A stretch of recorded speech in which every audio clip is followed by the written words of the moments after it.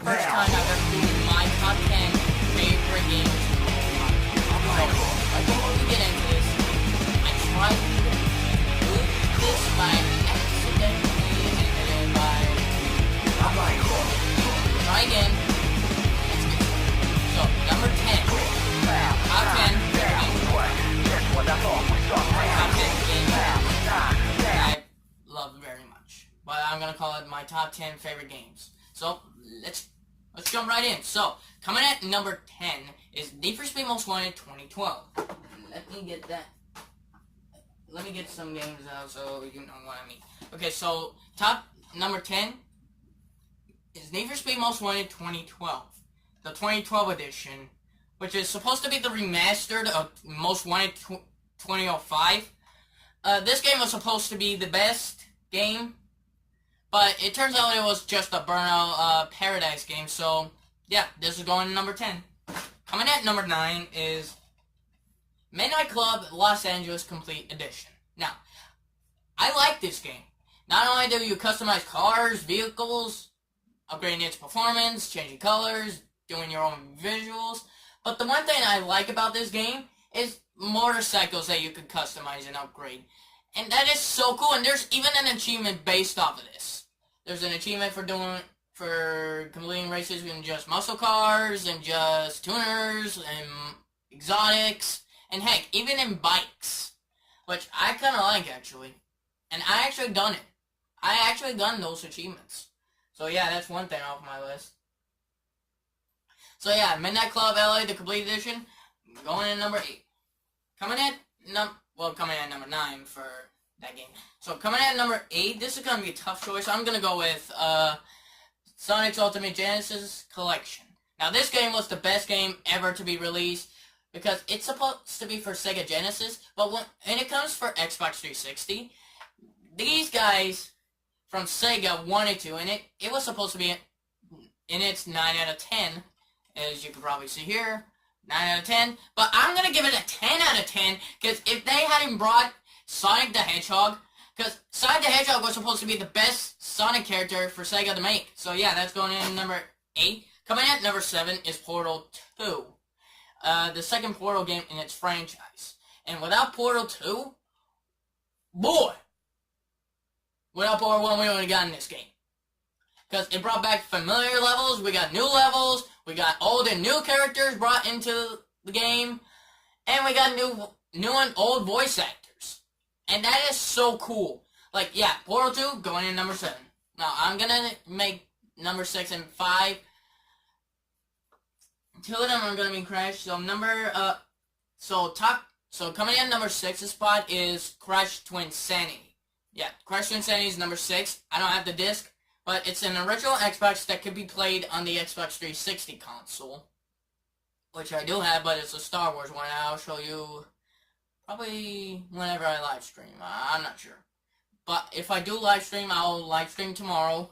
And it will probably be uploaded today, and I'll live stream tomorrow. So that way, you guys can come chill with me and we'll just talk. And if you want me to tell a story, please let me know when you come to my live stream. Or let me know in the comments if you want me to tell you a good story about my life. And I will do it.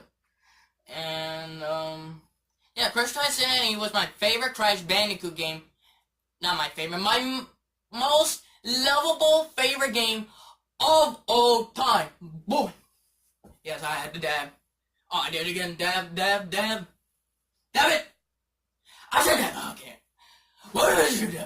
Okay, I'll stop. But yeah, that's going in number 6. Number 5 is Crash Bandicoot: The Wrath of Cortex. And in Crash Bandicoot: The Wrath of Cortex, this could be the same that I forgot to mention in Crash Twinsanity. We had new characters, old characters brought back, and we got a whole new voice actors. In Crash Bandicoot: The Wrath of Cortex, you got the same thing like in Twinsanity before it was released. Crash Bandicoot: The Wrath of Cortex, it continues where we left off from the other Crash Bandicoot, Crash Bandicoot 3, Time Warped. And without Crash Bandicoot: The Wrath of Cortex, we wouldn't have gotten more series, but Crash of the Titans ain't gonna be on my list. Or Crash Mind Over Mutants. I'm not gonna add that on my list, so just bear with me. Coming in at number 4 is Halo Combat Evolved. The reason why I got the Halo Anniversary one is because this Halo Anniversary was remastered by 343. And Halo 1, the original, was made by Bungie. And Bungie made Halo the way they wanted to make a Halo game. They wanted to make it fun, fair, challenging, and balanced game. They tried to do that for Halo 2, but the computer couldn't handle what Bungie was throwing at it. So they had to remove some before it was released, they had to test it, etc. Like, that's pretty cool and all.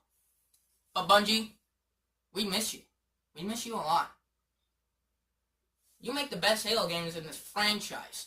And without Halo 1, you would have made the best, you would have almost made a better Halo 2. Now, coming in at number 3 is Halo 3.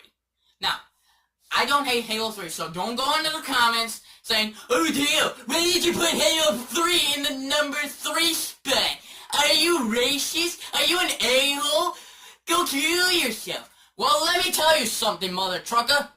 Let me tell you something. I love Halo 3. And let me tell you why. When I first played Halo 3, for Xbox 360, it was stunning. Like, the planets were moving, better graphics, and heck, better gameplay. And I'm not saying the original Halo 1 and 2 were bad. I'm saying they were great games. They were trying to make an evolution of the game. And when I say that, from old to new. Like, Bungie wanted to try something new for Halo 3. And that's why it's going on my number 3 spot. And, yeah. I love Halo 3, so please don't say, "Dude, you hate Halo 3.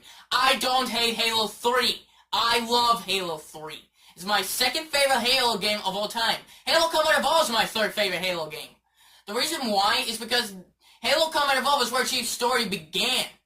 And if Bungie hadn't made Halo Reach for the final game they made before they left, we would have gotten the whole story of how Master Chief's story began. We would have known about Noble Team. We would have known about Reach. We would have known how the Covenant invaded Reach. We would have known what the Covenant were after.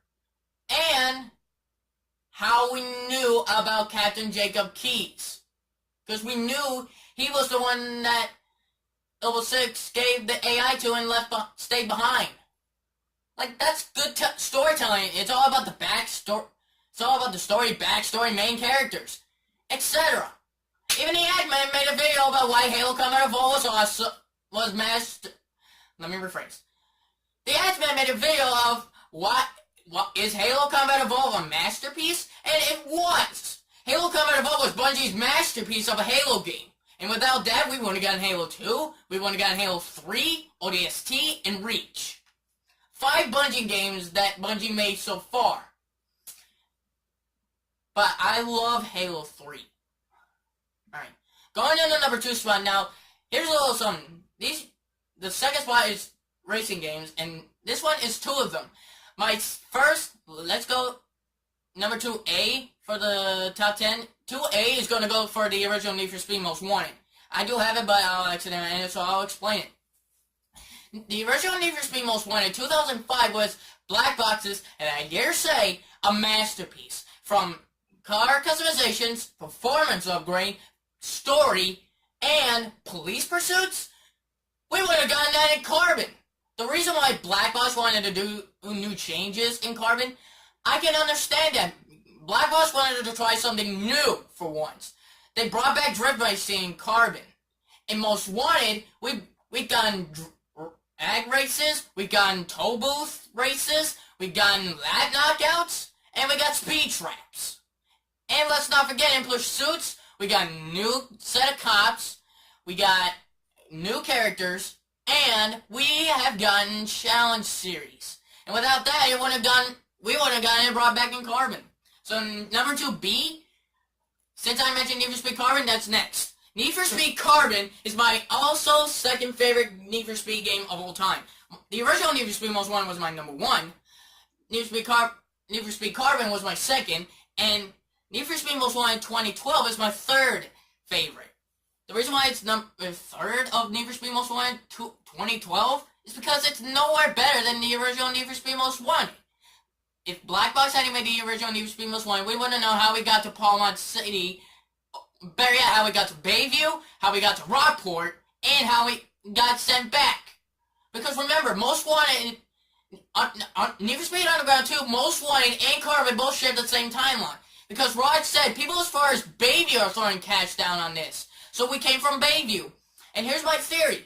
The reason why we had the M3 GTR in Most Wanted is because the player got a new car. Duh. And without the M3 GTR, for being the iconic car in Most Wanted, we want to get him back in Need for Speed Carbon. The reason why I love Carbon is because it takes place where we left off from Most Wanted after jumping the bridge, after getting on a ride back from Razor, who sabotaged it in the beginning of the race when we raced him in the prologue.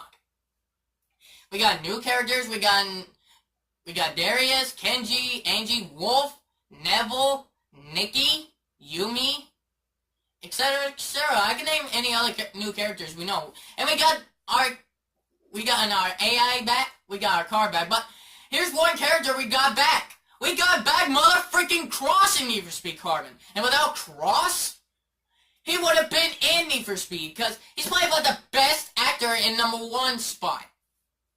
My favorite actor in #1 spot has to be Cross in Need for Speed, Most Wanted, and Carbon. He's my favorite. He's my boy. Now, coming in at #1 on my top 10 favorite games of all time, Halo 2. The one game that inspired me to do this top 10 thing. The reason why I love Halo 2 is because it continues where we left off from Halo 1. And without Halo 2, we wouldn't have gotten Halo 3. Besides, when Bungie was making Halo 2, they wanted to make it like a movie. Sure, it may be long, but we also got to play new characters. 2, most likely. We got to play as Chief, we got to play as the Arbiter. And Arbiter was supposed to be similar to Chief Shields and supposed to be a bad boy. Like a big superhero. Now, let me continue. We got new characters. We got Shipmaster. We got Amanda Keyes. Commander Miranda Keyes. Not Amanda, sorry. So, yeah, we got Miranda. We got back Johnson. We got back Cortana. We got Chief. Heck, we even got the Arbiter as a new character to play as. And heck, we even got Lord Hood as a new character. He's played by Ron Perlman. And he's one of the best actors from TV shows, movies, etc. He's a good actor. And that's it. That is it. Those are my top 10 favorite games of all time. Tell me what your favorite... Tell me what I got... Okay, so here, let me rephrase. So, please let me know in the comments what is your favorite game that I mentioned. And if I didn't mention any other games, I might do a top 10 favorite movies or my top 10 favorite TV shows. Please let me know in the comments. If you want me to do any voice impressions again, please let me know and tell me what you want me to, what my voice impressions I should try out. And let me know in the comments, please. Please. And I will see you guys later. Goodbye.